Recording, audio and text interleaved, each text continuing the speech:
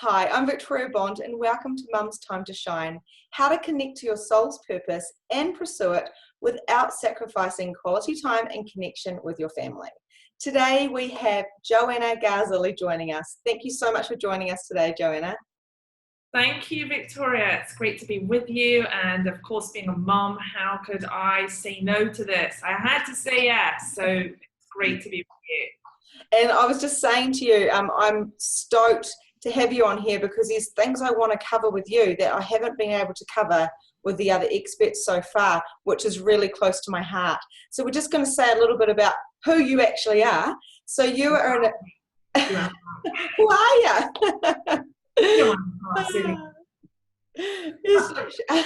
Joanna is a spiritual entrepreneur, an American intuition coach. America's intuition coach.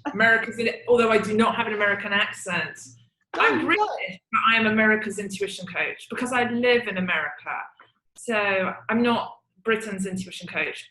Because America's not bigger.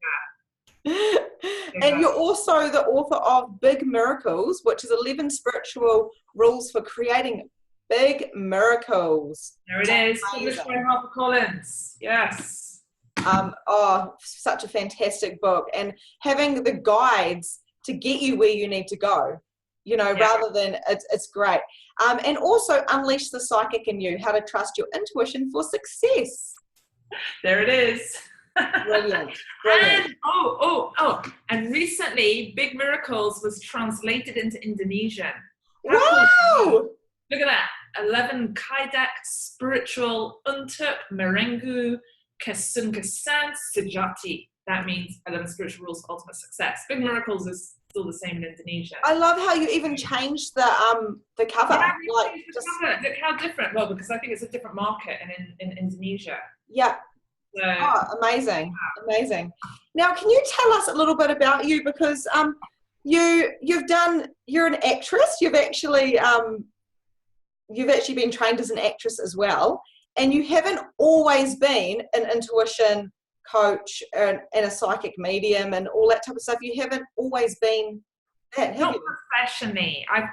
Since I was 6 years old, I've been very attuned, very psychic. I think we're all psychic, and I like to think of psychic as not as in the US where we have the neon sign psychics, but psychic that is awareness, seeing that which we don't normally see, hearing that which isn't being said, feeling those things that where you think, am I going crazy? No, you're not going crazy, you're really feeling it. And then when it's all working really well, that claircognizance, that pure knowing. So I've always had that, and I think the thing is, it's getting back to that central alignment, which is the principles I have in Big Miracles, which is center, ground, connect. If you're center, ground, and connected, then you're always going to be in that right state. So that's always been there, but I've always moved away from it. I've always resisted my path of being a spiritual teacher, healer, coach, and along the way in my journey, I have done from advertising to corporate finance to entertainment PR to, hosting on TV. I used to host a show that I was producing years ago called Psychic Interactive.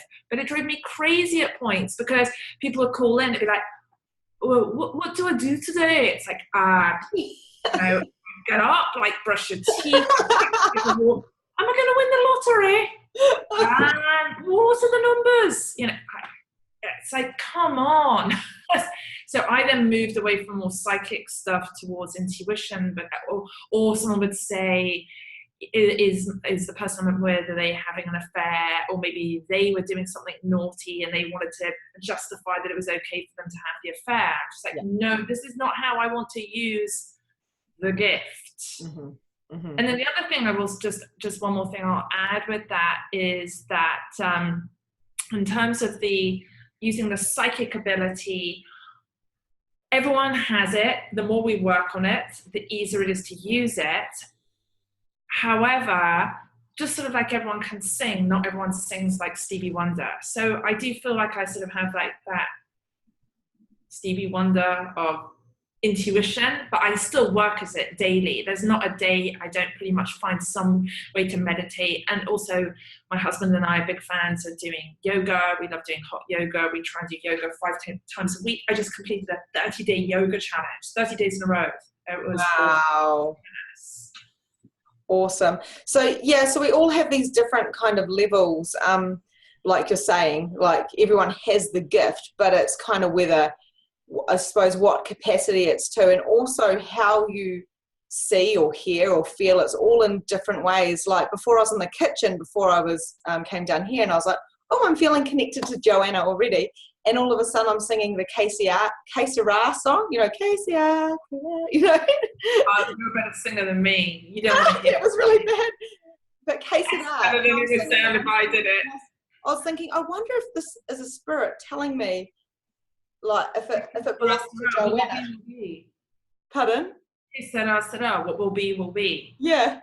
Yes. Yeah. So and then so you can kind of, I suppose, ask a question with that, like, who does this belong to, or what is this message trying to say, rather than going a just random song that I haven't heard for 10 years popped into my head. Mm-hmm. Yeah, that's spirit communicating. I think that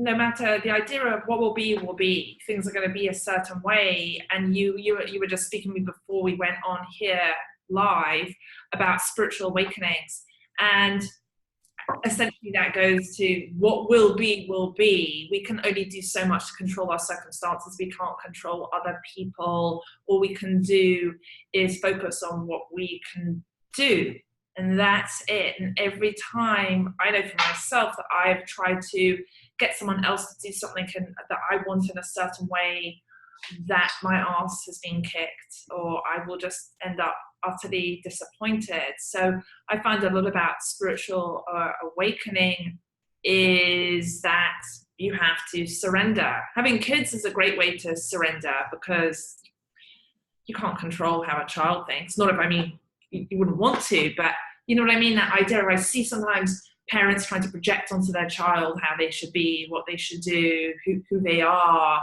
And essentially, I think most people in life who are going to see healers and psychics and intuitives and whatever, the self-help person, or reading the books, they're trying to get back to themselves.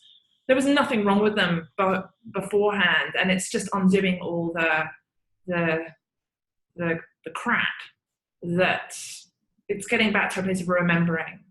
And that feels good. That feels really good when one's in that place, because suddenly there isn't the fear or being held back by someone else saying to you, oh, you can't go and do whatever the thing is that you want to do. So going back to spiritual awakening, how do we know if we're going through one? So my experience was I basically had a breakdown. I've always had intuition. There you go. That's it. And it was like overnight, and all of a sudden I was like, I can hear spirit, I can communicate, I can feel everybody else's feelings. I reckon I could read their minds. A lot of people, I reckon I could actually pick out stuff out of their minds. But how do we know if we're going through one, or whether we're having a mental breakdown? Or well, another way you could refer to it is a dark night of the soul.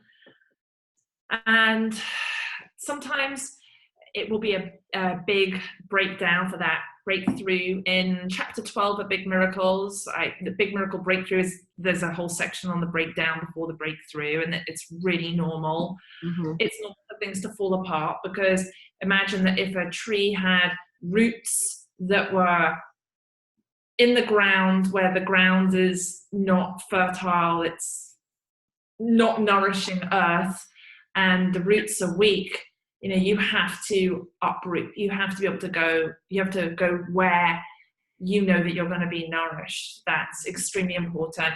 I can say from my own experience, I've had several times in my life where literally I've been on the ground, hysterical, freaking out, sometimes relationships, sometimes family, sometimes business. But I've always had that quiet voice that said within, even in that darkest time. And also, let me just say this, I've never felt actually suicidal. I know people who have committed suicide. I have clients of mine who have had relatives or loved ones who have committed suicide. And I've never had that feeling, but it's just like that heavy, as if you feel ripped apart. but there's a voice inside that says, you're going to come out the other side of this. This is part of your spiritual growth. There is that voice of wisdom, and to sort of just to know to move through it. And sometimes it can be low grade. It can be a low grade breakthrough, which is incredibly uncomfortable. Yeah. I just went through one of those a couple of weeks ago. It's just, because I always thought, when I make 6 figures, when I make multiple 6 figures, when I become a HarperCollins author, check. And I can just tell you that there were periods of time where, after I got my book deal, after I'd made that money, that those were not the solutions. What I actually found was that there was a deep grief underneath. I always thought, because I got into all these different, self-help things, and then everyone, if you coach, you normally have a coach. My husband always jokes, there's the coach who coaches the coach who coaches the coach, and one shouldn't have several different coaches. Well, because it helps keep you aware, right, and keeps when you're helping other people. But this couple of these particular coaches would say to me, it's just pain and shame. But I actually realized, as we went through going through 90 days of this, I just did 90 days of live stream, which was it was great, and it was really exhausting. Like, that put me through a breakdown. It was grief. I went through one of the exercises in here, and I realized underneath there was a grief. And so when we start to unpack that stuff, everything falls apart and it gets a little bit messy. But I think that's a really good thing. So, because, I'm sure you know people who they look like they've got it all and everything looks great, and then you see here they're getting divorced, or everything just falls apart, whatever the thing is, right? So it's really about nourishing all areas as well, like our body, our soul, our mind. Being real. Being real, not this BS that I've seen at some of these events. Be authentic. It's like, oh my goodness, I can't even tell you how many times I wanted to leave this industry, and then spirit, my soul says, no, this is why we still need you here, to basically, because I just see there's a lot of predators out there in the industry, people coming along where people get excited because they have a spiritual awakening, and then to the sharks that are out there, become the sacrificial lamb, or I guess the nice little tuna fish that gets eaten. And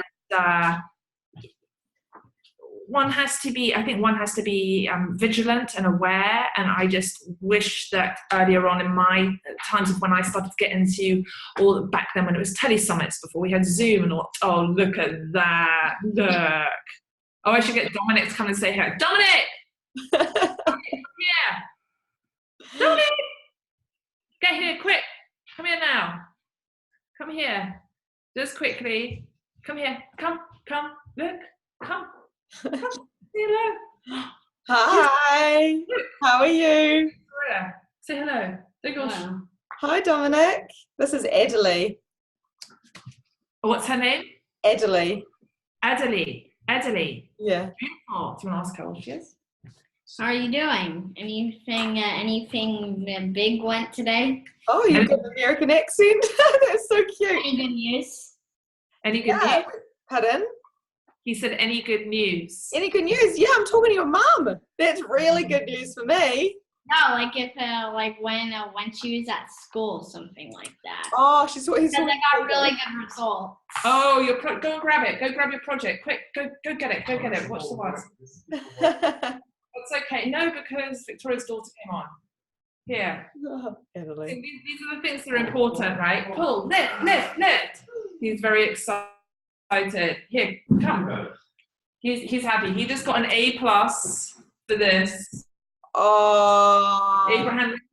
Abraham Lincoln. Oh, that's adorable. He was dressed up as Lincoln. Wow. Oh, isn't that a cool project, Italy? Yeah. Oh, neat. Yeah. Here, I'm going to lay it down here. Very good. Oh, you want to stand it up? Sorry. Oh. Yeah. So yeah, real interesting. So I went and saw one of my mediums, and he said to me, I told him about doing opening a healing room, in my house. And I said, but I don't even do anything yet, stay stoically. I don't even do anything yet. So who am I to be doing this work? Because of course I just came out with all this knowledge that I downloaded and stuff. And he said, but that's your ego. That's your ego telling you not to do it. So who are you not to do it if that's your purpose? So I wanted to actually talk to you about ego, because I know that I always thought it was like, oh, you know, that person thinks they're so awesome. But it's not really about that. We can have confidence. Why don't you go draw over there? We can have confidence, which isn't ego. Oh, Eddie. It's okay. There we go. I just lost something. Go over there into that.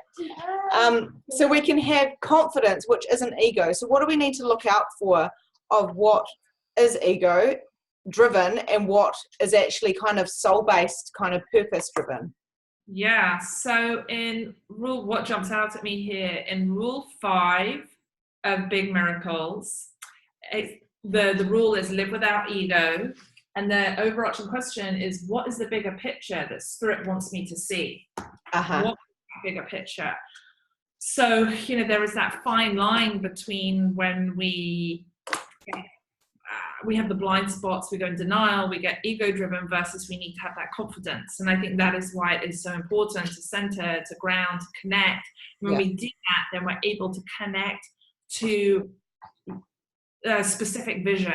The vision that you have for your life, when someone has, they just know there's something that they're meant to do, and maybe they won't know exactly how they're meant to get there. And maybe the ego says, well, you shouldn't and you couldn't, and all that horrible stuff. But what you do is that's where the purpose of it comes in, knowing, well, why do you want to do what you want to do? Why do you feel that calling to go and help people in that way? And that's what's going to put you back to doing the thing. I didn't plan to go and do this in this way. I thought I'd write different type of books, and I thought that I would do different type of stuff from what I'm doing. Yeah, and I thought I would own a big hair salon with people working for me and having a beauty therapist and doing all this stuff. And I've just closed down my salon because I asked Spirit every day, can you guys help me out today? Show me some signs, lead me in the right direction. And I say thank you for absolutely everything. If something bad happens, I always go thank you, because I know that's a really huge thing for me. But yeah, my brain said salon, go, go, go, go, go. And it's that kind of busy kind of, that feeling. And the rest of it said, and like this humble feeling of, no, quit that and follow this. And even though creating a summit and talking to amazing experts like yourself is amazing and quite big, I still have a humble feeling to it. So it's not like you get excited, but it's not people are just people as well.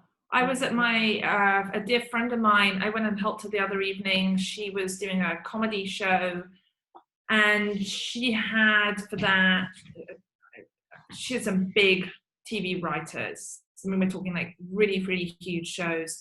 And then afterwards, we hung out afterwards, and I had to look at who was around me of these shows that I absolutely love on, amazing TV shows, and just check in and go, well, isn't it interesting of when I feel less than someone else or not worthy of being at the table, or maybe I'm okay being there, but I can't quite believe it, I have to pinch myself, so maybe I need to prove myself, or, well, I'm more successful than this person, I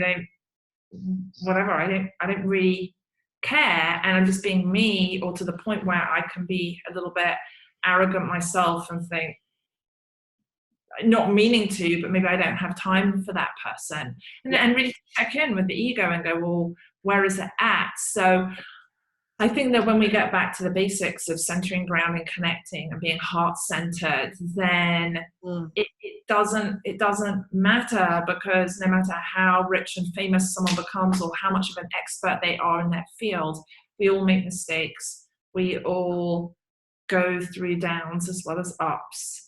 And it's just a lot of the time you don't see the downs, or if you're looking at people's social media, they don't show the crappy stuff. Some people do. Sometimes they show too much stuff. But you know what I'm saying. Yeah. And I think sometimes it's good to have a little bit of an ego check. So both my husband and I read A New Earth from Eckhart Tolle, and it talks about ego and stuff. And like I've said to him a couple of times, ego check. And he said that to me. And it's funny because we both just go, and we kind of think about it, and then we just both simmer down, because it's like it instantly makes you a reflection. Ego check to you? Pardon? Does ego check to you? Yeah. He just goes like ego check, or like it's ego check. Sorry. Yeah. Ego check. So it's like if we were, say, having a little bit of an argument, we don't really argue, but if we were, and you kind of got you're slapping against each other with the ego, not literally, then what happens is, one of us would be like, ego check. And so we kind of check each other check. Do you call each other check? No, like my husband and check. Ego check. H-E-C-K. Check. Ego check. Okay, this is this is an accent thing here. You're in New Zealand, right? Yeah. Oh, that's so funny. So it's like, ego check, because my husband, I'll be like, chicken. I call him. So it's like, oh, okay. Yeah, funny. So it's so. But does our ego serve us sometimes as well? Like, does it help us out? Only if it's in balance and you've got the confidence coming through and the belief in oneself. That's when it's aligned. That's the evolved ego. Right. So that's what one wants to focus. But the unevolved ego. So I always make the distinction of, and that's what I did in Big Miracles, make the distinction between evolved ego and unevolved ego, rather than it's not just one thing. And it has to be checked in on, I think, on a daily basis. Because it'll get crazy otherwise. Yeah, exactly. And can we, I know the answer to this, so do you, but for those out there who think you can't be spiritual and have money, what are your thoughts on having money, like being wealthy and being spiritual? Well, again, it comes down to, it's not about the money, it's what the person does with the money or the thing or the... I mean, I've had lots of money and I have been very spiritual. I've had lots of money and been very unspiritual. I've had no money and been very spiritual. I've had no money and been in a lot of debt and been very unspiritual. So I don't think it's like the one thing or the other. There's just these different aspects of the self that come into play. And say, how quickly can you forgive yourself to get back to that place of alignment? But money's not, I mean, I think it's for me, I think I'm at a point where I feel like it's balance. It's looking at, well, how much money do I have? Then I have to be responsible with how I choose to spend my money, and I have to take responsibility for that, and live according to what I have. There's times when I've lived far beyond my means, and I've had success and things come from that, but then I can't sleep, or I haven't been able to sleep well at night.